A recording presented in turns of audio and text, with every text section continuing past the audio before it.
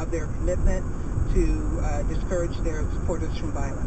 During the issue of the kidnapping of the schoolgirls, there was criticism that the U.S. couldn't quite work with the Nigerian government on this, that there was concerns about corruption in the military, and that the U.S. security advisors couldn't get as much done as they would like.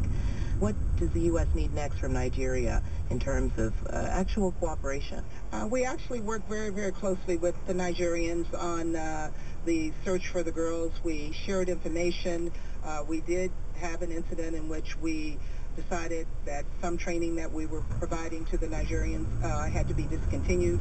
But our commitment is that we will continue to work with Nigeria. We will figure out where there are areas of disagreement and work out those disagreements, because terrorism anywhere affects all of us, and we have to work together to address what is happening here in Nigeria, as well as Chad, Cameroon, and Niger. And we can't do it alone. The Nigerians can't do it alone, and the neighbors can't do it alone. Finally, Nigeria is very important to Africa economically, politically, just sheer terms of size and population. What are your concerns about Nigeria's election and kind of how they can affect the wider region if things do not go well? Well, I can tell you the entire world is watching this election, and all of Africa is watching this election.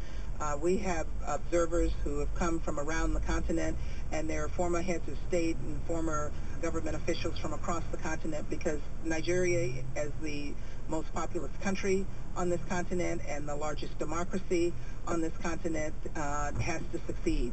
But Nigeria has an important role to play in this region.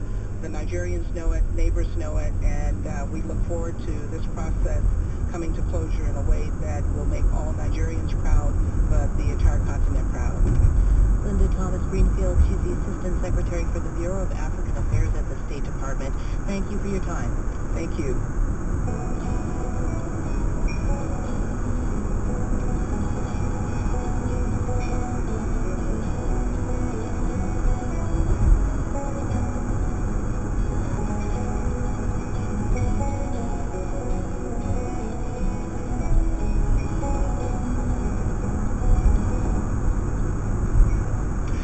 To a challenge facing school districts across the U.S., how to have a great teacher in every classroom.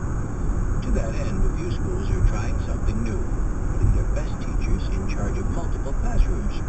Blake Farmer of member station WPLN visited a school in Nashville that's putting that model to work.